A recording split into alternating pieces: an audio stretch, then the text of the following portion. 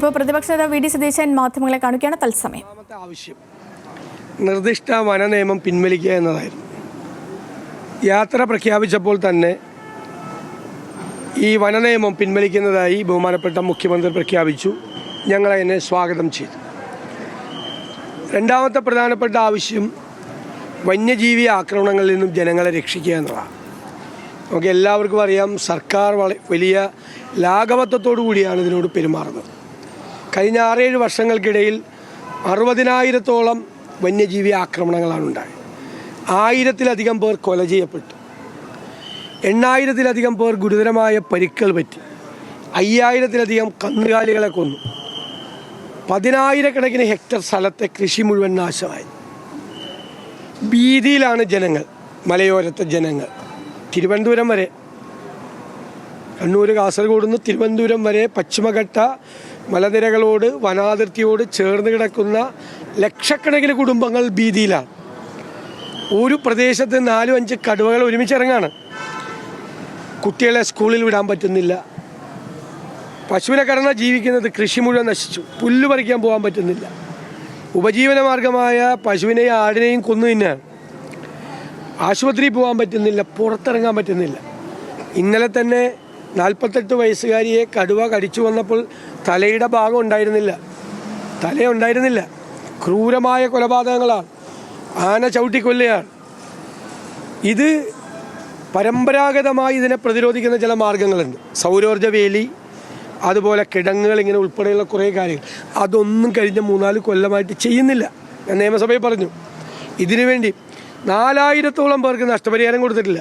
തുച്ഛമായ തുകയാണ് പലർക്കും നഷ്ടപരിഹാരം.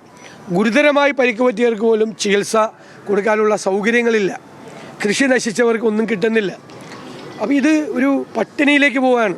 ഭീതിയും പട്ടിണിയുമാണ് ഈ പ്രദേശത്ത്. അതിന് പരിഹാരം ഉണ്ടാക്കണം. 3, കാർഷിക മേഖല തകർന്നു. വിലയിടിവാണ്. വളത്തിന് വില കൂടി, അതുപോലെ കീടനാശിനികൾക്ക് വില കൂടി, കാർഷിക ഉൽപ്പന്നങ്ങൾക്ക് വിലയിടിഞ്ഞു. ഒരു സപ്പോർട്ടും ഇല്ല. 2 ഗവൺമെൻറ് ഭാഗത്തൊന്നുമില്ല. കേന്ദ്ര ഗവൺമെൻറ്റും വൈൽഡ് ലൈഫ് ആക്റ്റിൽ ഭേദഗതി വരുത്തണം. അതുപോലെ ബഫർ സോൺ പ്രശ്നം. കേരളത്തിൽ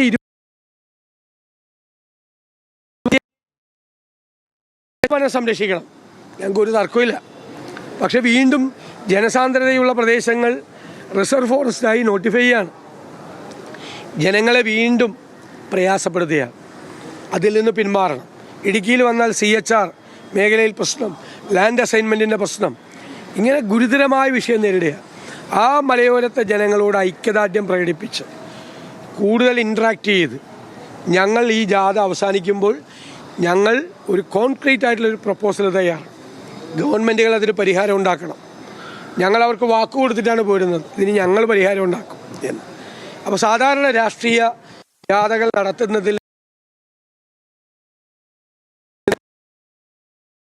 പ്രതിപക്ഷ നേതാവ് വി ഡി സതീശൻ മാധ്യമങ്ങളോട് സംസാരിക്കുകയായിരുന്നു. ഇന്നാണ് പ്രതിപക്ഷ നേതാവിൻ്റെ നേതൃത്വത്തിൽ മലയോര സംരക്ഷണ ജാഥ ആരംഭിക്കുന്നത്.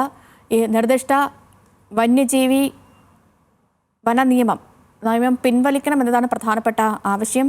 അപ്പോൾ അതുമായി ബന്ധപ്പെട്ടുള്ള ആവശ്യങ്ങൾ ഉന്നയിച്ചുകൊണ്ടുള്ള യാത്ര തുടരും എന്നാണ് പ്രതിപക്ഷ നേതാവ് മാധ്യമങ്ങളോട് സംസാരിച്ചത്. ഈ തുടരുന്ന വന്യജീവി ആക്രമണങ്ങൾക്ക് ശാശ്വതമായ ഒരു പരിഹാരം വേണം എന്നതടക്കമുള്ള കാര്യങ്ങൾ പറയുന്നു.